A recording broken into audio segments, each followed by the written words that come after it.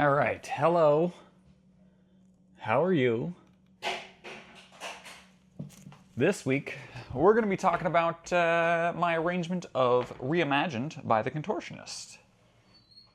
The Contortionist has been one of my favorite bands for a very long time. Quick, immediate sidetracks. Let's see. When I moved from New York to Georgia, the very first time that I drove overnight to go down to Georgia, when I was moving there to start grad school, I drove through the night because it just worked out better for the schedule and for my old car to not overheat, etc., etc. And I listened to Intrinsic at least 3 or 4 times, cover to cover, and that overnight, because that was like right when I was first starting to get into that album. And that was formative.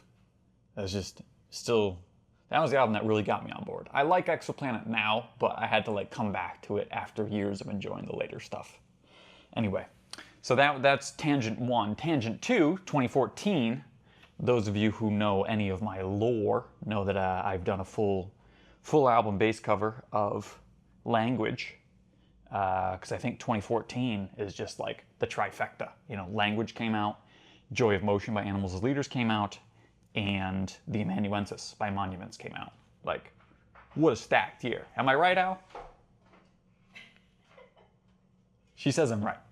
Anyway, so, Contortionist, big fan. Anyway, the third, so now that brings us to Clairvoyant, right? Because I've arranged Reimagined. I had a student that sort of motivated me to do this because they wanted to start working on a transcription of this song. So I was like, okay, well, let's at least figure out the chords. And then eventually I got sidetracked with figuring out Michael Lessard's cool vocal harmonies, and then here we are. I've made the whole arrangement, I've recorded it, I've filmed it, and here's the accompanying lesson. So, let us talk a little bit. The big topics is dynamics and deciding how much tension you want in your chords. Those are the two things that I think I highlight a lot of contrasts in my arrangement, and I'll point them out when we get there. I'm going to skip the intro for right now. We'll come back to that because it will be relevant later. And we're just going to start on the verse, right? So, clap. Verse 1. Yes, Oolong, you're welcome to come hang. Clover's hanging too. She's right by my feet. I don't think she's in camera. Anyway, verse 1, you'll notice when you listen to this song, it's just that bass line, and then the vocals, the wind right to the point of it. There's really not a lot going on. So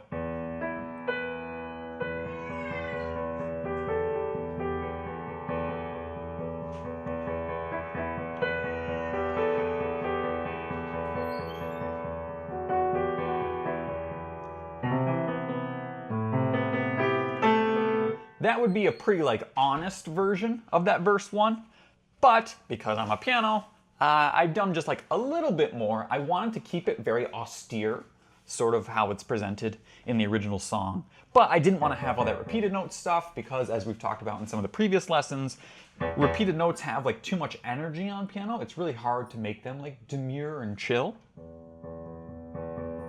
I could maybe do it, but that's because I'm amazing. So what I did was I'd added just a little bit of arpeggio,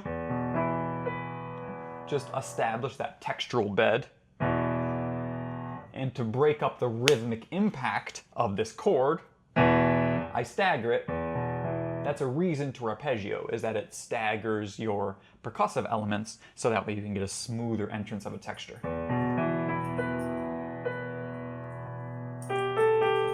I could have left it there. I add in just a couple of additional notes just to help. Oh, I'm sorry, Clover, are you stuck? Are you stuck? There you go. Oh, you're still stuck. Look at all these chords. Come on. Come on. There you go. Okay. Dog is unstuck. Cat is settled down. Now we can start the lesson. 6 minutes later. On piano, as soon as you play notes, then it immediately begins to decay, right? So if you want to have a sustained texture, you have to continue playing notes from time to time. Bonkers, I know. Unless you put ebows in all your strings. So this is why I add this little bit of harmony, just to have something. And I didn't want to indicate like a 5 chord. I didn't want anything obvious, so just maybe a little A minor implication. We're in E minor, yeah, ish for the verses. So sort of a 4-1 feels, you know, similar, hopefully similar austerity.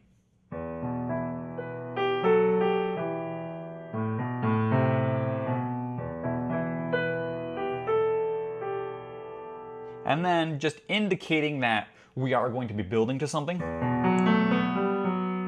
Just to have a little like rising out of the murk. And coming back to rest, right? That was my initial plans. And then I tried to be pretty honest to that guitar part. And we're already in the first chorus, right? For me, since the first chorus happened so quickly, I don't want to give too much away too soon. So I had only written this, like I've jotted down in my PDF, it's mezzo piano. So keep it a little ephemeral, little ethereal, rather than a full. We'll have our moment for that later. But for this first chorus, we're still chilling. The other thing that I wanted to highlight is that I'm extrapolating a little bit from Michael Lessard's vocal harmonies, because he writes a lot of times in perfect fourths. So rather than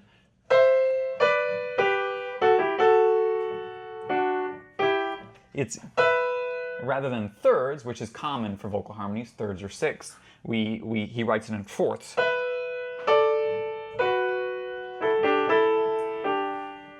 And I extrapolate from there, and I added another fourth to make it like these actual quartile voicings, which is where you just stack perfect fourths. Not traditionally, I guess, for a long time in sort of, you know, Western art song, classical music, and in a lot of pop music that we listen to, we're used to hearing music in triads,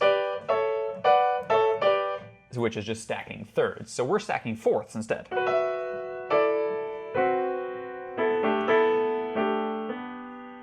So that was my decision for that, was extrapolating a little bit from Michael Lessard, but trying to keep that character that he had.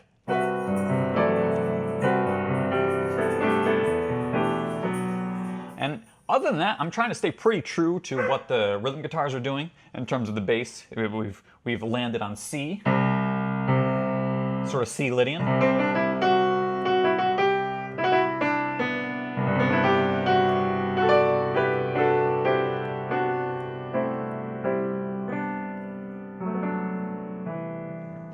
So C, and then I tried to keep that doom, boom, boom.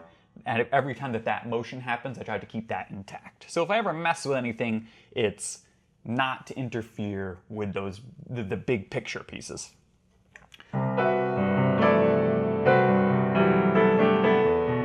Here's the first one.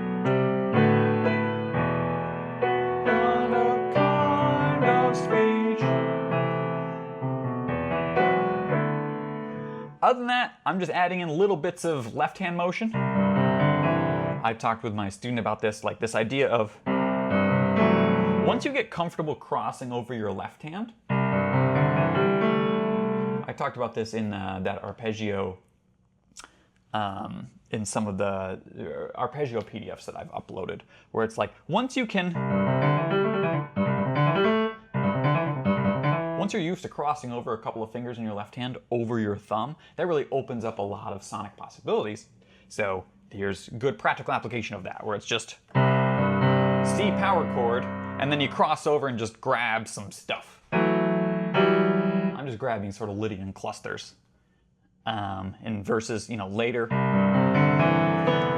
That's another good one. I can outline the C major 7 or add 9, C major 9.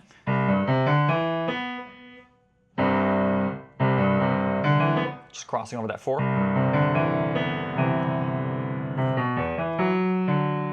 it's just nice. You know, it's a good thing to work on. You'll see there's a lot of different variations of that in what I've done. Once you've crossed over, you can stretch your hand. So it's like, look at how much real estate I'm covering. From here, this is beat 1. That's the and of 3. 1 and 2 and 3 and 4. I could go even more.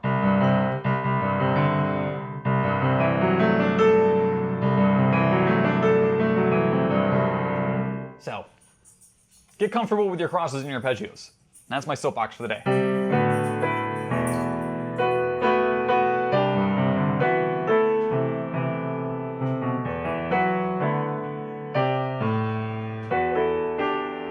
There's that motion again.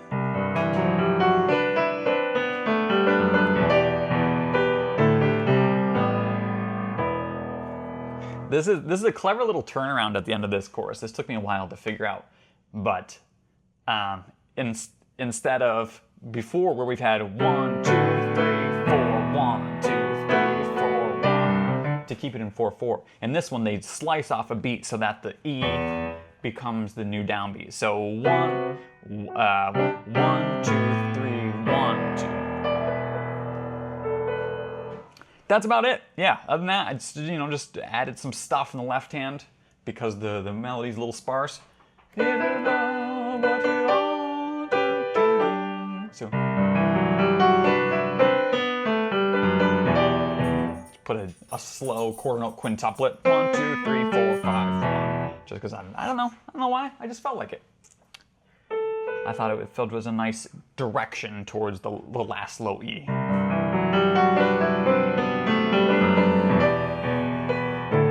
And then there's that cadence. 1, 2, 3.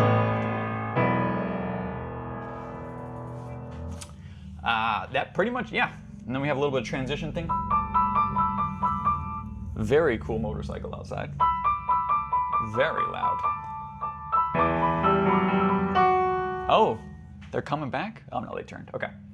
For verse 2, we return to our sort of thin, austere texture. The big thing for me is that, again, Michael Lassard, I think a lot of trying to be true to the textures that they have in the original track, is that there's like a vocoder thing an octave below his voice. So most of his main vocal line is do, do, do, do, do, in that register, but there's a lower octave. So in order to keep that intact, both hands end up playing the melody for me.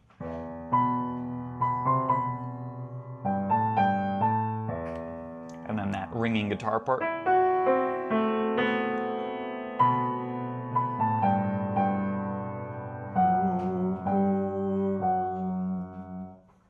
Yeah, that's pretty much verse 2. I mean, these are short verses, short choruses. What I wanted to add something else to there. That's a little too thin for me, so I played around with figuring out what octaves I wanted to put just like the embellishment chords in. I think at one point I had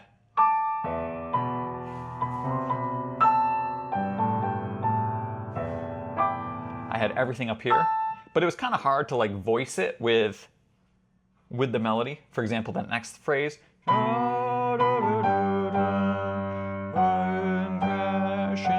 So I only like half know the words, so you'll see me just like make vowel noises. But anyway, so I wanted to put this chord, I wanted to make that a major 7. Because major 7 over B, it's like the most discordant way to voice that. But it's hard to go play those 3 notes but bring out the B and not the C. So I just ended up changing at the last minute. It's written in, jotted into my last draft here. It's easier if you just voice it C, E, B instead of E, B, C. So that way the melody's on top.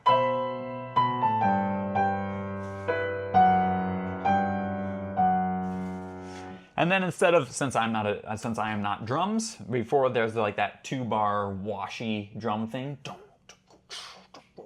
It was all So I didn't do that, so this is my moment to add in some tension to build us towards the big chorus. Because this chorus, chorus 2,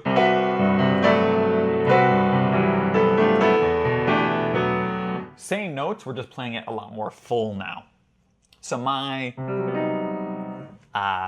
build up to that was just, I knew I wanted to end on, I wanted to have these,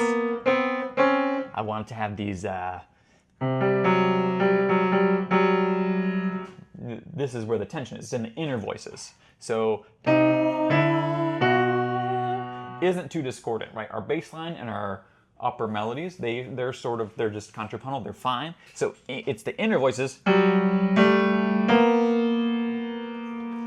that's where I'm investing some tension. I love that augmented over just a B5. Second chorus, like I said, pretty much the same notes.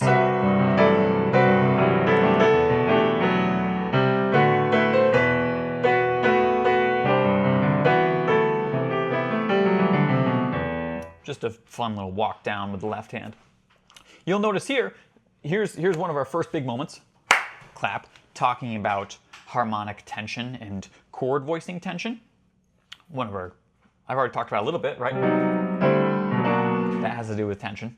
But here, at the end of the second chorus, I back off the dynamic just because I don't want it to be a carbon copy of the first chorus, but louder. You know, that feels like a cop-out to me. So, and setting up the chiller bridge that I know that's coming up. So I want to make our dynamic transitions a little smoother as well. So rather than finishing out second chorus big and immediately having it jump to being quieter, I smooth the transition a little bit. So we have the strong stuff.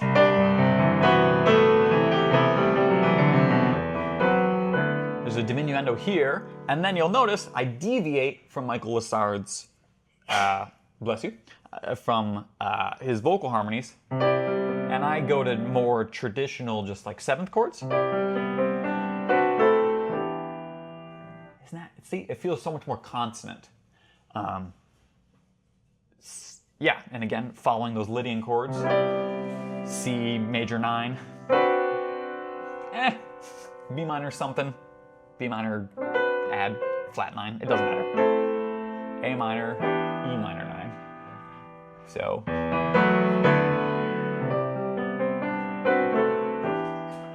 as opposed to keeping the fourths.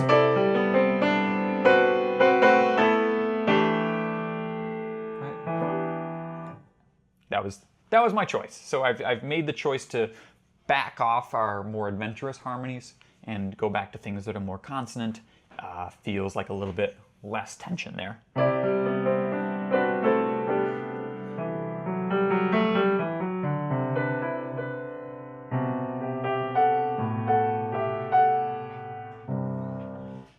For that stuff, I don't really remember what I was thinking. I knew I wanted to walk down to the G.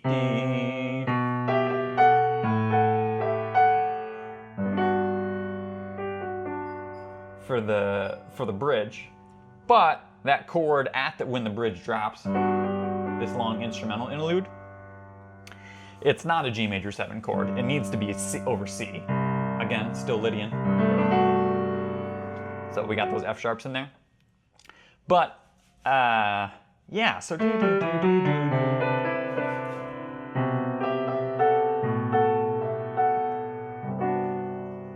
So it still feels like a walk down. I've just kept in some of these seconds to, I don't know, just keep a little spice.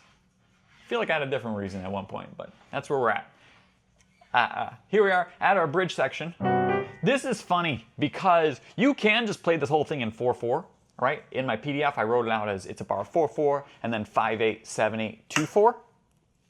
That might not add up to 4/4, but it adds up to an even quarter note beat. But the drums are so clear about indicating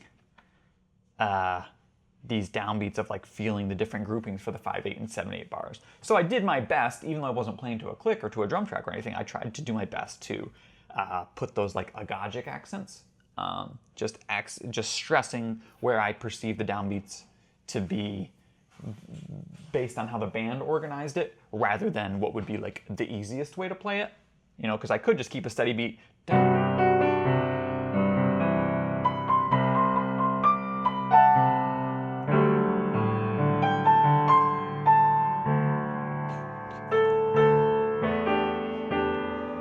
But I want to make sure, like, let me see.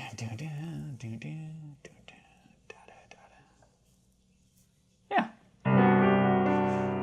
1, 2, 3, 1, 2, 1, 2, 1, 2, 1, 2, 3, 1, 2, 3, 4, 1, 2, 2, 1, 2, 3, 1, 2, 1, 2, 3, 1, 2, 2, 1, 2, 3, 1, 2, 1, 2, 1, 2, 1, 2, 3, 1. So I don't know how much of that gets communicated to an audience, but hopefully at least a little bit. Versus.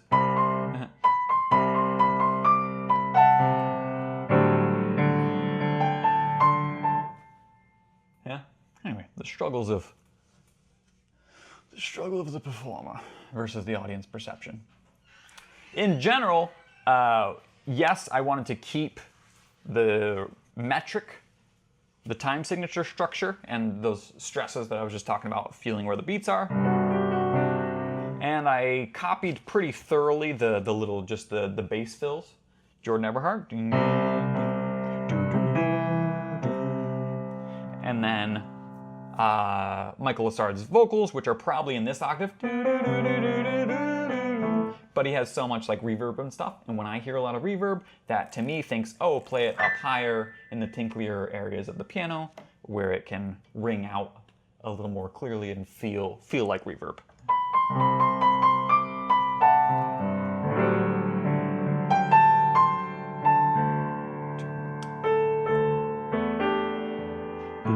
Bass. And then we have this slow build. I'll add a dynamic when I upload this PDF, because this should start a little under, because we have two iterations of this build, right? It's C, one,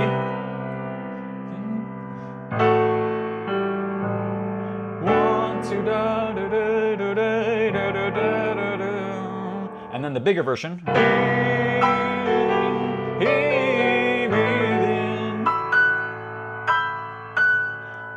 One, two, breathe again, and slam into the big rival. So for each of those, I want to make sure we have a little bit of tiering of our dynamics. So first time, keep it low, even though we have these. Just don't smack the bass notes too much.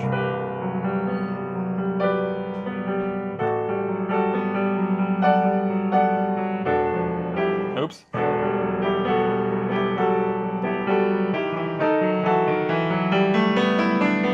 That's that 3/4 bar, 1, 2. I'm sure I've used that like exact arc before, but that's just a nice transition to get us to the louder version. You could add more octaves. However big you want it to be. That's not. I think that I wrote that. I don't remember that being in that background guitar layer. All this stuff. I don't know if that's one for one exactly what the guitar layer was doing there, because it is so blurry and muddy, and I think that's just the goal. It's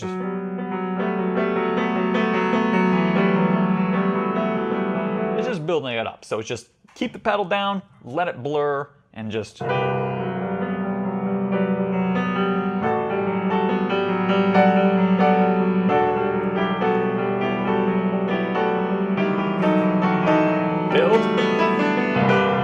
The second time through, where there's like those sort of crowd vocals, again, a lot of reverb, so I chuck them up in a high octave, also because if I played them in the same area, it wouldn't sound nearly as like distinct as two separate layers. So octave distribution can help you with the perception of having different melodies. We talked about that in the Cloud Kicker video a while ago with those two vocal lines. Yeah, so again, I'm not doing...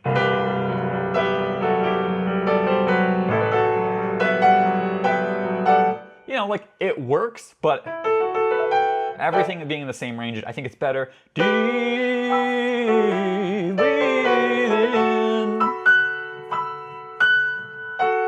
Feels like this is its own thing. So.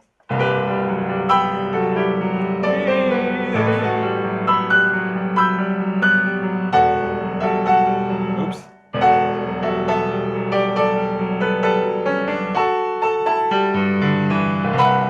This is pretty much just me messing. I don't want to say messing around, but just finding something to keep the left hand going or keep the bass area going, and I want to drop into the big. You could do it with your left hand. I think just like the cascade, using both hands, reaching the right hand down. I think it just makes it flow better for my performance style. But whatever you want to do, I would recommend. I like stretching it there so it doesn't just like. Right? Like, this is my moment, again, not to a click track, not to a drum track. If we were making this in the solo piano, this is where rubato can really serve us. Because this is a 700-pound wood and iron instrument. So as we're letting dynamic frequencies build up, it's fine, I think, to take a little time just to like let it swell. Because if you change dynamics quickly, if we get loud fast, the effect won't be as effective. And a lot of times it can just sort of feel a little bit muddier there because we're not giving the audience enough time, or the recording or the mics or whatever, you know, not giving enough time to perceive the build. So if we just go, it's just like, it's just less effective.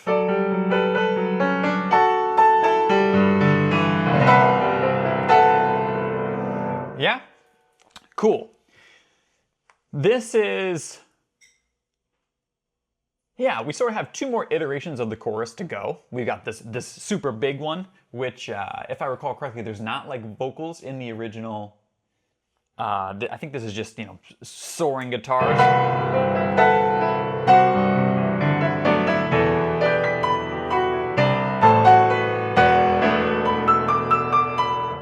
We'll talk about that in just 1 second, and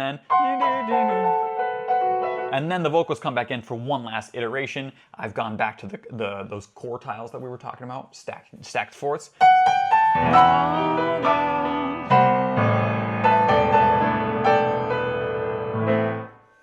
So that's the second half. That was looking at measure 93. If you've got the PDF in front of you, I know I'm jumping around a little bit, so I'll go back and stitch it all together in just a second.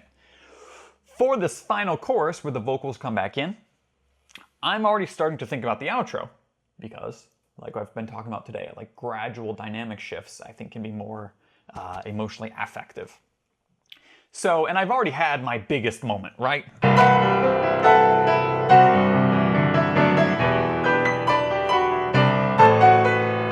I've already done that. So it's like, what am I going to do when the vocals come back in? Am I going to have just another iteration?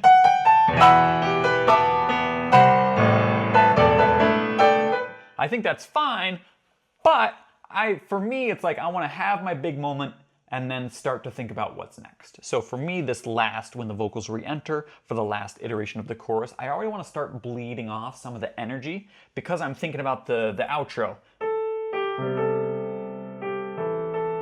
Exactly what you would need. So how do we get there, right? That's the transport. So it's almost like I don't work chronologically. A lot of times when I'm making an arrangement, I'll listen through and I might chart out 8 bars here, 12 bars here, and then think about how I want to get from section to section. So for me, I want to start bleeding off energy.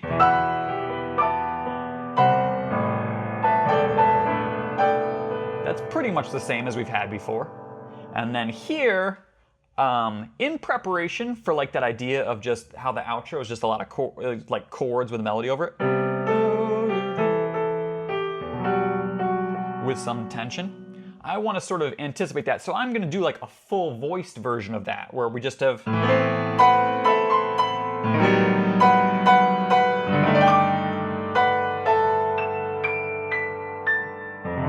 And this is a little bit of me doing some piano reharms. Like, these are not the original harmonies underneath.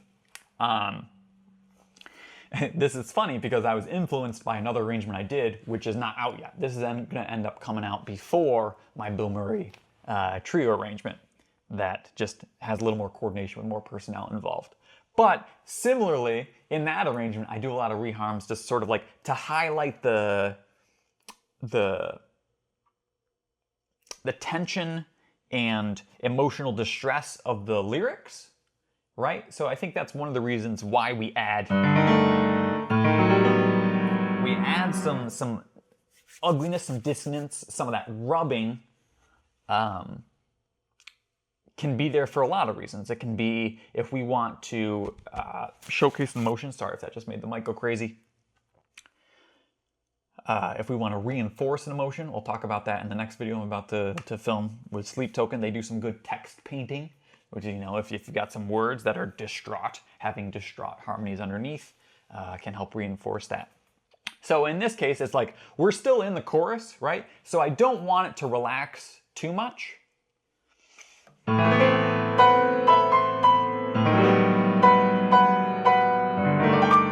Still tension.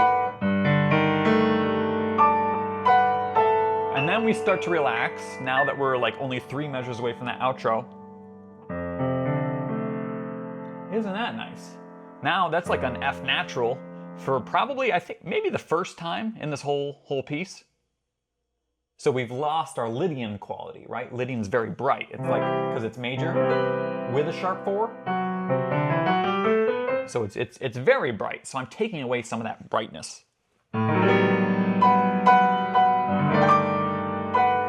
Here's the F natural.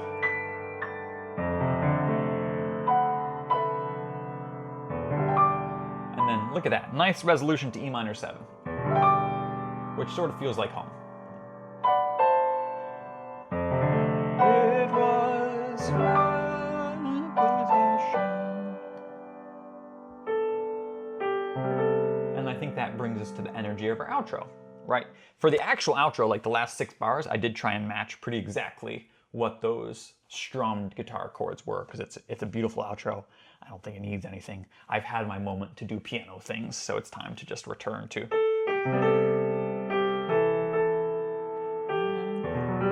And they have their own little bit of tension, right? Like E minor 9. Voiced that way.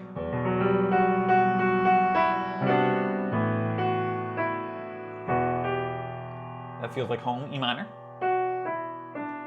And then sort of resolves to C major 7 at the end.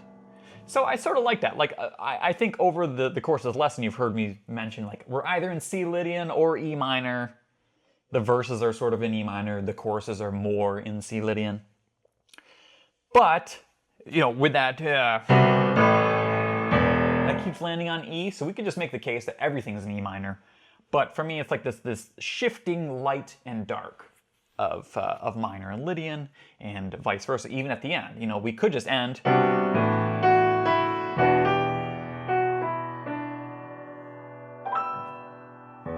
We could end in E minor, but we don't. We end on that. If we're in E minor, we end on the flat 6.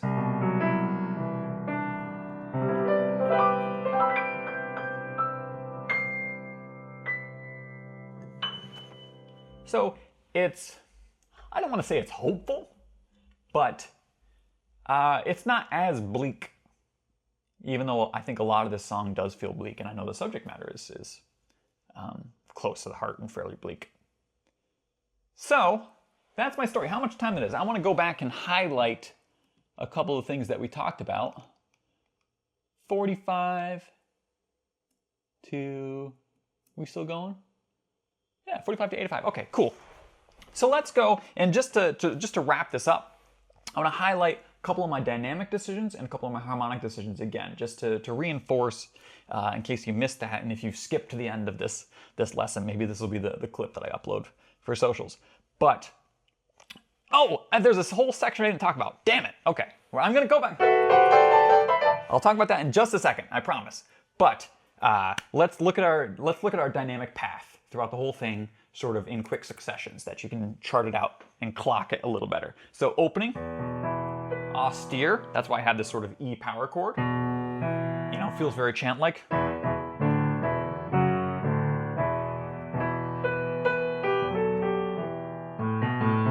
Just some little like undulating coming out of the murk for a second. Comes back to rest, and then when the main guitar part enters, we get a little bit more energy, but not too much dynamic.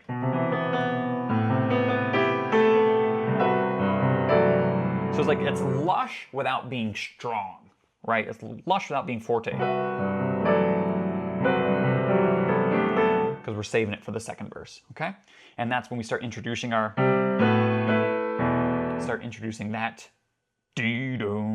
that theme.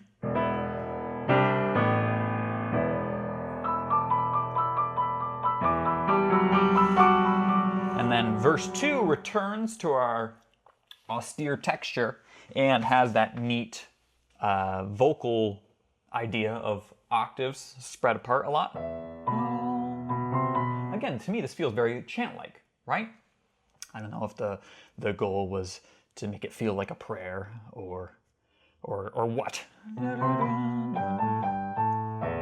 Guitar interjection.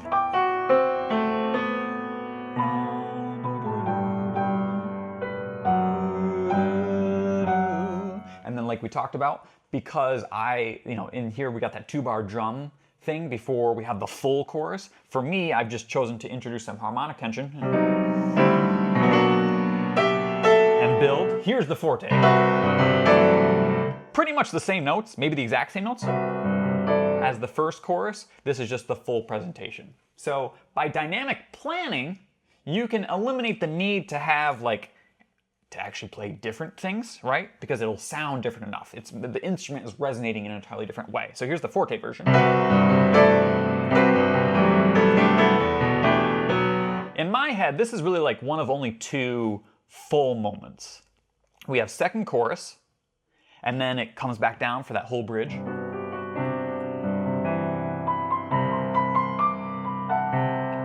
And then we have a slow build with all this stuff.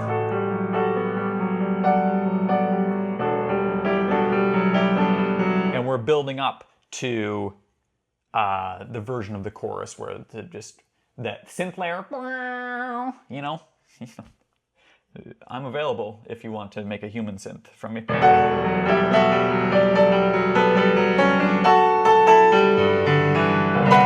This is the fullest climactic moment, right? So we've got 2 strong things. We've got the strong chorus. But then this is, to me, even fuller. Again, this is where I'm using the lowest point of the piano. We got this low C.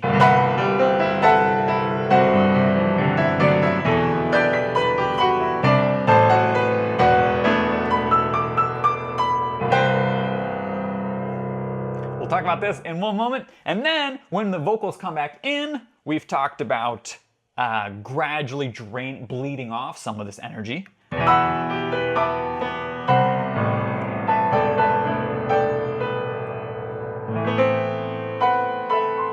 So these chords are a little stronger. Tension. Even though we've slowed down our rhythm, we're just playing some whole note chords. We don't want to let the listener off the hook. And then finally a little bit of relaxing. And then to E minor home.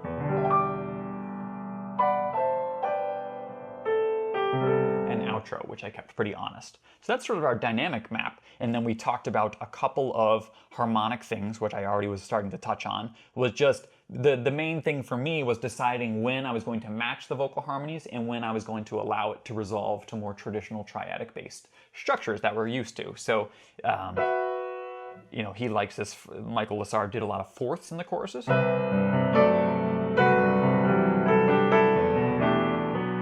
And that sounds beautiful. And then just at certain times where I want to bleed off some of the tension, I would resolve to triads. So for example, in the second chorus where we're strong,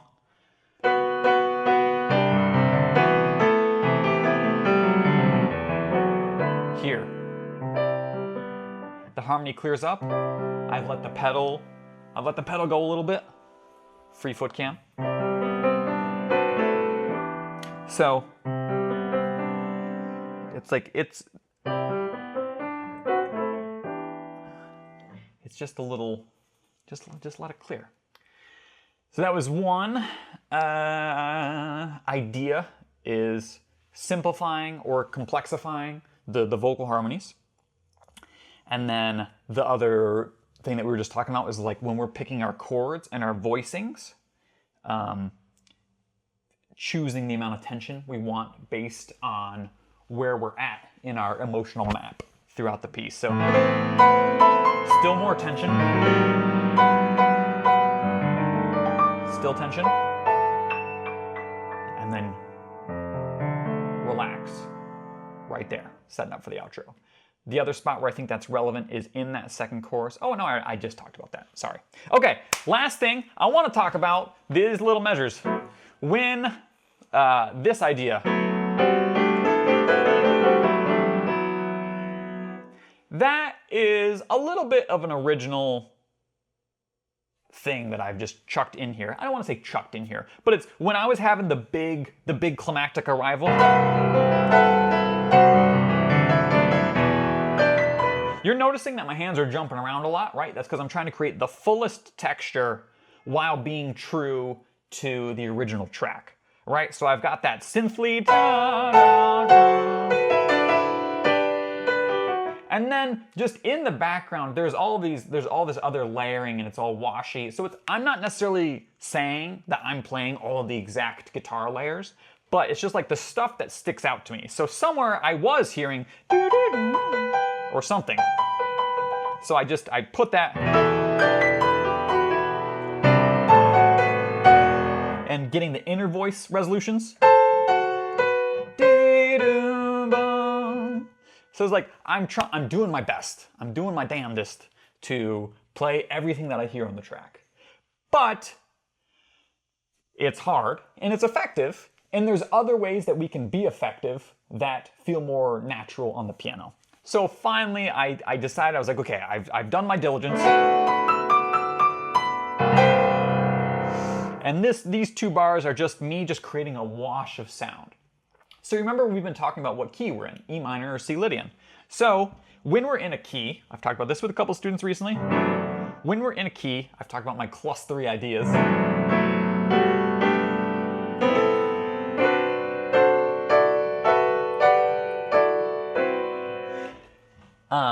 So I'm just trying to fill up sound and provide a wash. So I do this, all this parallel motion. I knew I wanted the melody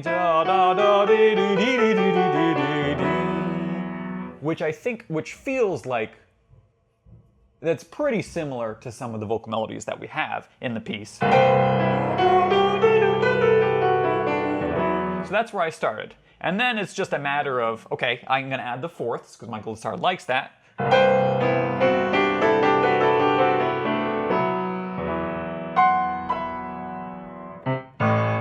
And then it's just a matter of, okay, I want to make it all suspended chords. And then from there, just adding in one more note.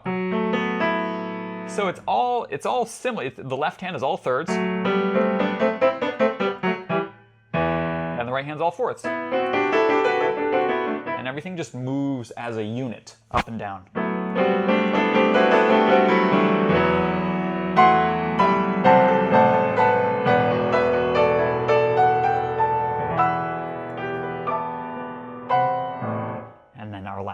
Vocal re-entrance.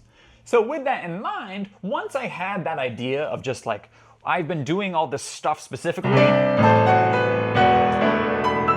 I've been being so specific that then I just wanted to have a moment just to sort of just let it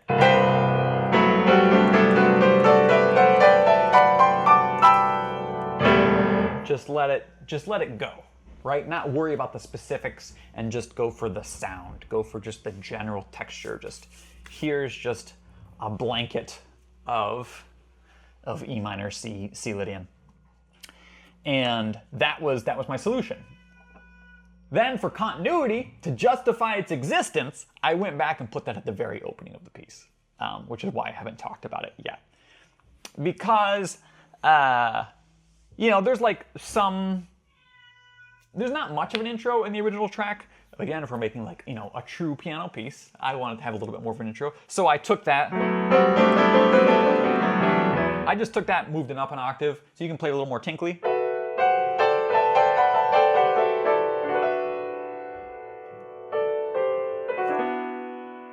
This is the closest thing we have to a 5 chord. It's not a 5 chord. It's like a B minor. 5. It's like, it's sort of minor 5. So it's like my harmonic motion. Oolong. Come on. Get. Yeah.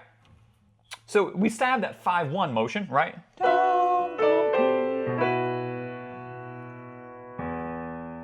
So since that's already there, I didn't feel like I needed to go. You know, so I just made it more of a suspended B minor-y thing. And verse.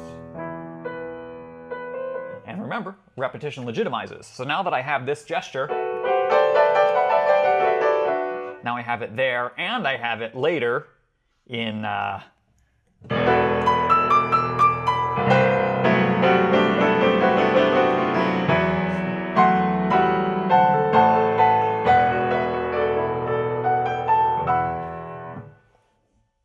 then that's what I was thinking. So I hope that was informative. I hope you can work through the PDF. It's a little dense for sure. This was one where I was just like, I want to make a complete solo piano version of this song rather than like a version that you would play along to the track. This, I hope, stands by itself. Something that I can play as an encore or something, or just have in my library. So I hope you get something out of it. And we'll see you in the next one. All right, thank you.